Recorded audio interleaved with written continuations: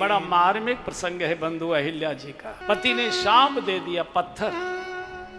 अहिल्या बुद्धि की प्रतीक है, और बुद्धि कभी कभी भोग के प्रति जब आकर्षित हो जाती है तो गड्ढे में गिर जाती है। आदमी कहता है यार क्या बताऊं, उस समय कुछ समझ में ना, यार मेरी बुद्धि पर ऐसे पत्थर पड़ गए कि मैं कुछ समझ ही नहीं पाया। देखिए अहिल्या का उद्धार करने भगवान स्वयं चलकर गए हैं। पहले तो ये समझ लीजिए, बुद्धि का कभी भरोसा मत करिए। बुद्धि के 100 रूप होते हैं, बुद्धि को शतरूपा कहा गया है। ये मंदिर में जाती है अलग प्रकार की होती है, घर में बच्चों में रहते हैं अलग प्रकार की हो जाती है, ऑफिस में जाते हैं अलग प्रकार की हो जाती है, दोस्तों में बैठते हैं अलग प्रकार की हो जाती है, ससुराल में साले के साथ घूमने जाते हैं बुद्धि अलग प्रकार की हो जाती है, सत्संग में जाते हैं यही बुद्धि अलग प्रकार की हो जाती है। बुद्धि के सैकड़ों रूप हैं, इसलिए हमेशा चंचल रहती है।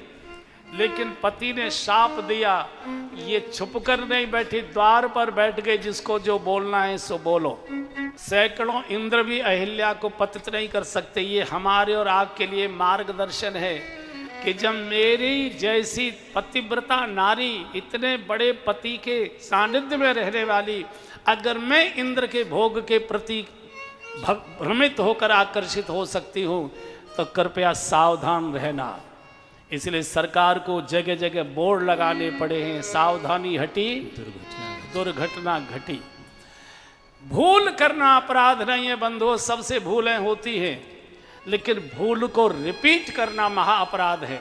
मालूम नहीं था, कोका कोला समझकर 2 घूंट पी लिए, भूल हो गई, लेकिन वही रंग की बोतल अगर फिर हाथ में आ रही है, इसका अर्थ है वो जानबूझकर किया जा रहा है, और जानबूझकर किए को तो भोगना ही पड़ेगा। अवश्यमेव भोक्तव्यम कृत कर्म शुभाशुभम।